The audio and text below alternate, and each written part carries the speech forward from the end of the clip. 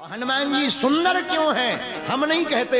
रामचरितमानस के रचयिता तुलसीदास जी हनुमान चालीसा में कहते, काना का वरण तन तेज विराजा, कनक वरण तन तेज विराजा, कनक वरण तन तेज विराजा, कनक वरण तन तेज विराजा, कनक वरण तन तेज विराजा, कनक वरण तन तेज विराजा। श्री राम जय राम जय जय राम, श्री राम जय राम, जय जय राम, श्री राम जय राम, जय जय राम, श्री राम जय राम, जय जय राम। तो हनुमान जी प्रकट भये, पर हनुमान जी के प्रकट होने के कितने कारण हैं? चार। कितने कारण हैं? बोलिए बोलिए। अब आप लोग ये सुनकर आज बहुत चकित रहेंगे। हम आपके लिए बहुत सुंदर सुंदर कथाओं को गुरुदेव की कृपा से खोज कर लाए। चार कारण से हनुमान जी प्रकट भये। बताइए कितने कारण? देखो एक बात बोले, यहाँ के श्रोता बहुत सभ्य हैं, तो हमें सुनाने में भी बहुत आनंद आ रहा है और नई नई चीज बताने का मन कर रहा है। तो पहला कारण सुनिए। हनुमान जी का प्रकट होने का पहला कारण क्या है? रावण द्वारा एक रुद्र का अपमान करना। रावण ने अपने 10 सिरों को काटकर भगवान शंकर के 11 रुद्रों में 10 रुद्रों को प्रसन्न कर दिया, लेकिन एक रुद्र को कुछ भी नहीं दिया। तो वो रुद्र नाराज हो गया। वही रुद्र हनुमान जी बनकर के अवतरित हुए हैं। शंकर जी के 11 रुद्र हैं। कितने रुद्र हैं? 11 रुद्र। हम लोग कहते हैं ना हनुमान जी 11वें रुद्र के अवतार हैं, बोलते कि नहीं? तो इस प्रकार की कथा है कि रावण ने 10 सिर काट करके 10 बार 10 रुद्रों को प्रसन्न कर लिया, लेकिन 11वें रुद्र को प्रसन्न नहीं किया। पर भगवान शंकर तो छड़े रुष्टा छड़े तुष्टा, रुष्टा तुष्टा छड़े छड़े। वो तो थोड़े में प्रसन्न हो जाते हैं, थोड़े में नाराज हो जाते हैं। भगवान शंकर तो छड़े रुष्टा है, छड़े तुष्टा है, लेकिन भगवान शंकर के 11वें रुद्र ने हनुमान जी का रूप धारण किया। क्यों? क्योंकि रावण ने सबका सम्मान किया, 11वें का छोड़ दिया। ऐसे समझो जैसे मंच पर इतने महात्मा बैठे, हम सबका नाम लें, बस लंदन वाले महाराज जी का छोड़ दें, तो क्या होगा? ये दूसरे दिन से एकांत में खूब गाली बकेंगे। और क्या बकेंगे पता है? अमीर हो गए, घमंड बढ़ गया, ये उन्हें ज्ञान ही नहीं है, सम्मान करके नहीं जानते। आजकल अभिमान ऊंचे हैं, ज्यादा पॉपुलर हो गए, इसीलिए अब दिखाई ही नहीं देता। बताइए हो जाएंगे नाराज कि नहीं हो जाएंगे? बोलिए बोलिए। हंस वो जरूर रहे हैं क्योंकि मजबूरी है, कैमरा लगा है, तो नाराज हो जाएंगे, अप्रसन्न हो जाएंगे। नाराज हो जाएंगे तो बदला लेने की तैयारी करेंगे। यही हुआ कि 10 रुद्रों को रावण ने प्रसन्न कर दिया, पर 11वें रुद्र को प्रसन्न नहीं किया। तो उसने बदला लेने का विचार किया। और जब राम जी का अवतार हुआ तो शंकर जी को जाना था, तो 11वें रुद्र के तेज से वही 11वां रुद्र अंजनी नंदन हनुमान बन करके प्रकट भये हैं। तो एक पहला कारण ये है हनुमान जी के जन्म का। अब दूसरा कारण सुनिए। दूसरा कारण है भगवान विष्णु को नारद जी का श्राप। किसका श्राप? बोलो बोलो। रामचरितमानस में श्राप दिए नारद जी विश्वमोहिनी के चक्कर में। अच्छा, स्त्री के चक्कर में ही श्राप दिए नारद जी। काम को जीत लिया, भगवान शंकर को बताया नारद जी ने, हमने काम को जीत लिया। शंकर जी बोले हमें बताया सो बताया, दूसरे को नहीं बताना। नारद जी को लगा ये हमसे जलते हैं। कई बार किसी को बढ़िया शिक्षा दो तो उसे यही लगता है कि हमसे जल रहे, इसीलिए ऐसा बोल रहे। तो जो मूर्ख होते हैं उनको सही शिक्षा भी गलत नजर लगती है, गलत बात समझ आती है, और गलत बात सही समझ आती है। प्रायः लीडरों को एक ही दिक्कत है, चाहे वो पार्टी का लीडर हो या आश्रम का लीडर हो या किसी समाज का लीडर हो, उसके साथ एक ही कमी है, वो कान भरने वालों की सुनता है। वही नारद जी के साथ हुआ। काम को जीत लिया, भगवान शंकर ने रोका, नहीं माने। विष्णु जी को बताया तुम्हें पता है हमने काम को जीत लिया। तो भगवान विष्णु तो राम कथा सुनने बैठे थे, नारद जी ने काम कथा सुना दी। भगवान विष्णु ने कहा जय हो, पर भगवान अभिमान किसी का भी नहीं रखते। कोई कितना भी बड़ा सिद्धि वाला हो, प्रसिद्धि वाला हो, भगवान अभिमान ठिकाने लगाते रहते हैं। प्रायः घमंडी आदमी की पत्ते कटते हैं। पतंग कितनी भी ऊंची चली जाए, लौटकर तो जमीन में ही आएगी। हाँ जी अनाजी। उसी प्रकार इंसान कितना भी महान बन जाए, होगा तो इंसान ही, भगवान तो नहीं हो सकता।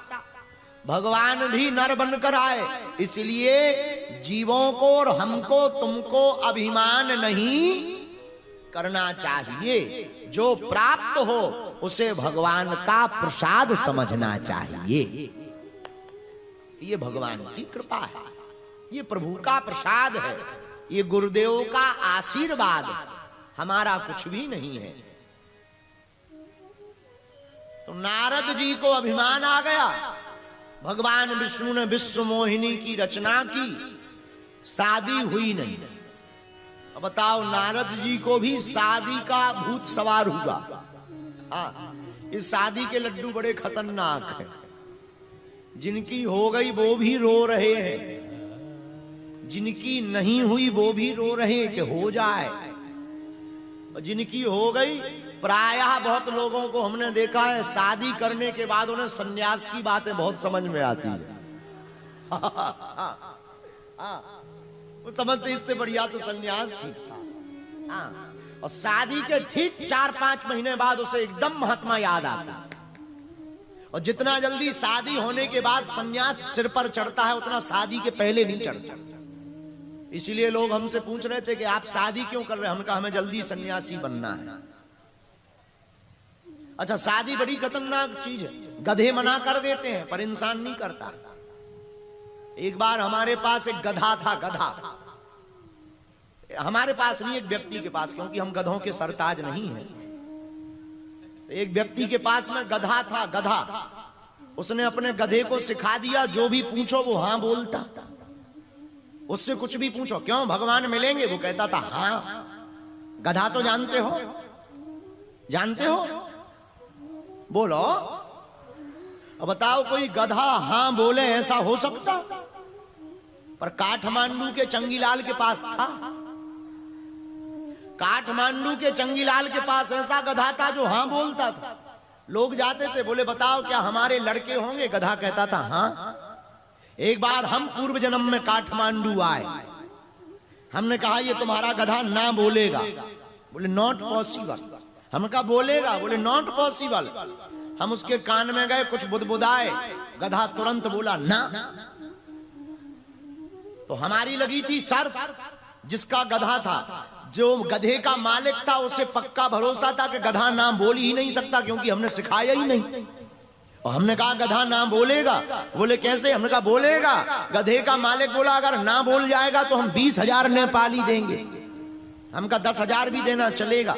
और जहां हमने कान में कुछ बुदबुदाया, गधा ना बोला, मुस्कुराते हुए गधे का मालिक बोला कि ये आपने क्या बोला? जो गधा ना बोला, ये आपने कान में क्या बोला? हमने कहा हमने और कुछ नहीं बोला। गधे से पूछा शादी करोगी? अब बताओ, गधे भी ना कर देते। ये जो है व्यंग हमारा नहीं है, आचार्य रजनीश ओशो जी का व्यंग है। तो बताओ, गधे मना कर देते हैं। लेकिन जिनकी शादी नहीं हुई वो घूम रहे। एक हमको यहां मिला सुनसरी जिला का मंगूलाल, उम्र 77 साल, 77 पार 78 में चल रहे हैं। हमने कहा और बताओ अर्जी क्या है? हम पर्चा बना रहे थे।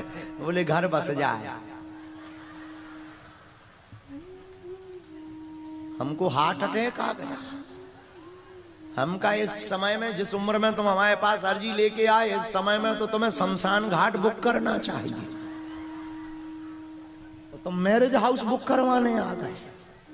तुम्हें शर्म नहीं आई अपने मन से? तो उसने उत्तर भी इतना खतरनाक दिया कि हम चुप हो गए। बोले विदेशों में तो 95 साल में भी कर लेते हैं। हम कहा कर लेते हैं, पर ये विदेश थोड़ी है, नेपाल देश है, विदेश थोड़ी है। ऐसे ऐसे भी पृथ्वी पर लोग हैं। खैर शादी करना बुरा नहीं है, करना चाहिए। जिनकी नहीं हुई वो हमें बताना, हम अर्जी लगाएंगे। लेकिन हम फिर वही कहेंगे, शादी बड़ी खतरनाक है। शादी के बाद आती है श्रीमती। जिनकी श्रीमती आ जाती है उनकी अपनी मति खराब हो जाती है। हाँ। तो नारद जी को शादी का भूत सवार हुआ। शादी करना है। भगवान विश्वमोहिनी ने, भगवान विष्णु भगवान ने विश्वमोहिनी की लीला की और सुंदर राजकुमार के साथ, भगवान श्री हरि के साथ ही विश्वमोहिनी रूपी जो माया रूपी बनी थी, शादी हो गई। नारद जी को बड़ा दुख हुआ। हमको वानराकृति दे दी, बंदर मुख दे दिया। तो नारद जी ने भगवान विष्णु को श्राप दिया कि जैसे आपने हमारी हंसी करवाई, बानराकृति देकर बानर का मुख देकर, जाओ हम तुम्हें श्राप देते हैं। रामचरितमानस की कथा है। जाओ हम तुम्हें श्राप देते हैं, तुम्हारी मदद भी तुम्हारी पत्नी के हरण के बाद बानर ही करेंगे। रामायण में वर्णन आया, करी है की से सहाय तुम्हारी, करी है की सहाय तुम्हारी, करी है की सहाय तुम्हारी, करी है की सहाय तुम्हारी। श्री राम जय राम, जय जय राम, जय राम, गाइए जय जय राम। श्री राम जय राम, जय जय राम, श्री राम जय राम, जय जय राम, श्री राम जय राम, जय जय राम, श्री राम जय राम, जय जय राम, श्री राम जय राम, जय जय राम, श्री राम जय राम, जय राम। तो दूसरा कारण है, करी है किस सहाय तुम्हारी।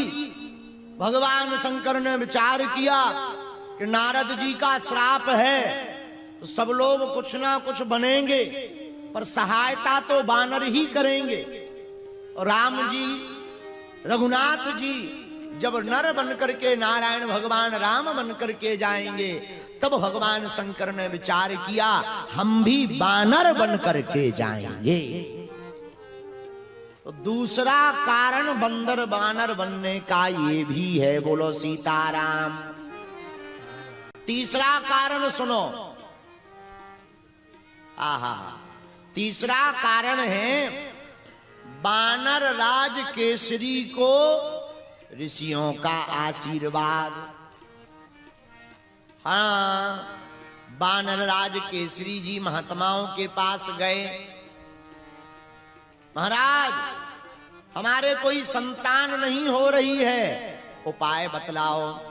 संतों ने भगवान शंकर का मंत्र दे दिया, इस भगवान शंकर के पंचाक्षरी मंत्र का जाप करो, इससे तुमको पुत्र की प्राप्ति होगी।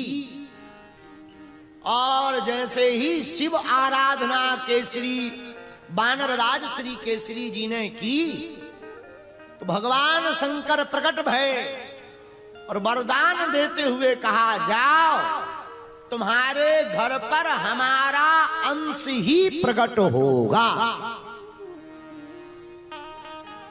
उस वरदान के कारण भगवान शंकर बानर बने। इसलिए शंकर सुवन केसरी नंदन, शंकर सुवन केसरी नंदन, निज प्रताप महाजगवंदन, तेज प्रताप महाजगवंदन। श्री राम जय राम जय जय राम, श्री राम जय राम, गाइए जय राम, श्री राम जय राम जय जय राम, श्री राम जय राम जय जय राम, श्री राम जय राम जय जय राम। अब चौथा कारण सुन लीजिए। मां अंजना को श्राप मिला। पूर्व में यह पूर्व जन्म काल में माता अंजनी एक अप्सरा थी, पुंजिक स्थला, लेकिन दो जगह अलग अलग वर्णन प्राप्त होते हैं इस कथा के।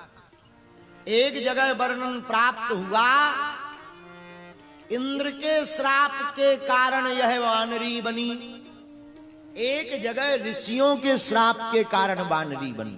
ऐसी दो कथा मिलती है। तो ऋषियों के श्राप वाली कथा को हमने स्पष्ट माना। यह माता अंजनी पूर्व जन्म में बड़ी सुंदरी थी, बड़ी दिव्य लगती थी, पर बड़ी चंचल थी। चंचल स्वभाव के कारण एक दिन ऋषियों का अपराध हो गया, बर्तन आदि गिर गए और ऋषियों के अपराध को बिना ऋषियों से क्षमा मांगे चलने लगी। तो ऋषियों को आवेश आ गया कि तुम रूप से तो बड़ी सुंदरी हो, पर काम बंदरिया जैसा करती हो, जाओ हमारा श्राप है, तुम बानरी हो जाओ। पर माता वह अप्सरा रोने लगी, वह युवती रोने लगी, हमसे भूल हो गई, क्षमा करो।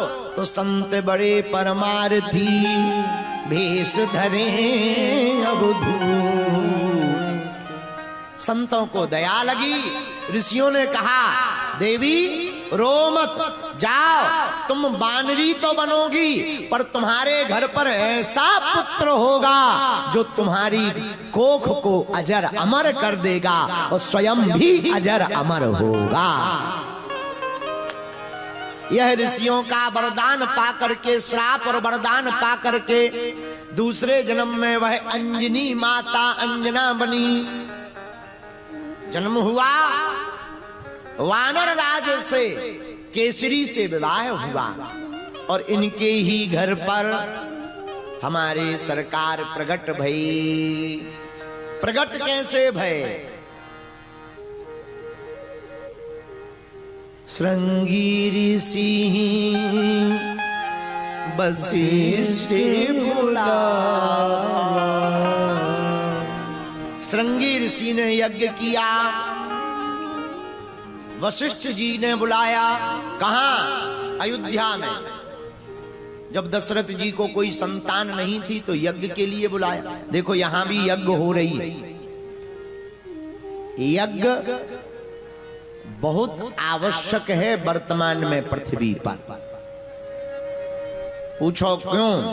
अन्नात् भवन्ति भूतानि पर्जन्यात् अन्न संभवः यज्ञात् भवति पर्जन्यो यज्ञः कर्म समुद्भव। यज्ञ से धुआं उठता है, धुआं से बादल बनते, बादल से वर्षा होती, वर्षा से अन्न उगता है, अन्न से जीव तुष्ट होते हैं, पुष्ट होते हैं, और भूच क्षुधा से अतृप्त व्यक्ति तृप्त होते हैं। इसलिए यज्ञ प्रकृति के बैलेंस को बनाए रखने की बहुत ही वैज्ञानिक पद्धति है। इसलिए यज्ञ ज्ञान भी है और यज्ञ ज्ञान का विज्ञान भी है। इसलिए पूज्य महाराज जी 101 कुंडी यज्ञ नेपाल की इस धरती पर करा रहे हैं। इतना बड़ा यज्ञ नेपाल में तो संभव नहीं है। आप विचार करो, यज्ञशाला देखो, इतनी बड़ी यज्ञशाला। हम पूछ रहे थे महाराज जी को, महाराज जी ये सामान कहां से आया? यहां नेपाल में मिल जाता है। मुस्कुराते हुए बोले ये नेपाल से नहीं, मथुरा से आया। भारत कितना कठोर परिश्रम, कितनी कठोर स्थितियों में, इतनी विकृत स्थितियों में भी 12 वर्ष कुंभ का लगने वाले इस पावन तीर्थ में चतरा धाम पर पूज्य महाराज जी यज्ञ करवा रहे हैं। इसलिए सभी भक्तों को रोज यज्ञ की परिक्रमा करनी चाहिए। बोलो यज्ञ नारायण भगवान की। दोनों हाथ उठा के बोलो रामचंद्र भगवान की। तो हनुमान जी प्रकट कैसे भय? जब वहां यज्ञ हुई अयोध्या में, राम जी के प्रकट होने के लिए दशरथ जी ने की, तो अग्निदेव चरु प्रसाद खीर लेकर प्रकट भय। महाराज दशरथ ने उस खीर के पात्र को, आधा खीर कौशल्या माता को दे दिया, आधे में से आधे 2 भाग किए, एक भाग कैकई को दिया। उसी समय एक गिद्ध चील वहां से उड़ती जा रही थी। उसने कैकई के हाथ पर खीर का प्रसाद खाने का देखा। पत्तल में उस गिद्ध ने, उस चील ने एक झपट्टा मारकर कैकई के हाथ से वह खीर के पात्र को छुड़ा लिया और उड़कर चली गई। कैकई माता रोने लगी। तब कौशल्या जी ने अपना थोड़ा भाग और थोड़ा चरु जो पात्र था उससे प्रसाद खीर का निकालकर पुनः कैकई को दिया। वह गिद्ध चील वो खीर का पात्र लेकर खाने के लिए अयोध्या से दौड़ी दौड़ी त्रिकूट पर्वत, वेंकटाचल पर्वत तक पहुंच गई, जहां अंजनी माता तपस्या कर रही थी पुत्र प्राप्ति के लिए, सूर्य भगवान को अर्घ्य दे रही थी। तब तक पवन का झोंका लगा, उस चील के हाथों से वह पात्र छूट गया, माता अंजनी के हाथों में आ गया। उस खीर के प्रसाद को भगवान का प्रसाद मानकर माता अंजना ने पा लिया। तो इधर कौशल्या उस खीर से राम जी को प्रकट करती, कैकई भरत जी को प्रकट करती, और शत्रुघ्न जी को और लक्ष्मण जी को सुमित्रा मैया प्रकट करती। उधर उसी खीर के प्रसाद से अंजनी माता हनुमान जी को प्रकट करती हैं। इस प्रकार हनुमान जी राम जी के ही भाई हुए। किसके भाई हुए? बोलो बोलो बोलो। इसीलिए हमने वर्णन किया, हमारे गोस्वामी तुलसीदास जी ने वर्णन किया और हमने भी कहा, सबने कहा, तुमने भी गाया। क्या? राम जी अपने मुख से कहते हनुमान जी के लिए, तुम मम प्रिय भरत ही सम भाई, तुम मम प्रिय भरत ही सम भाई। हनुमान चालीसा में चौपाई आई, भाई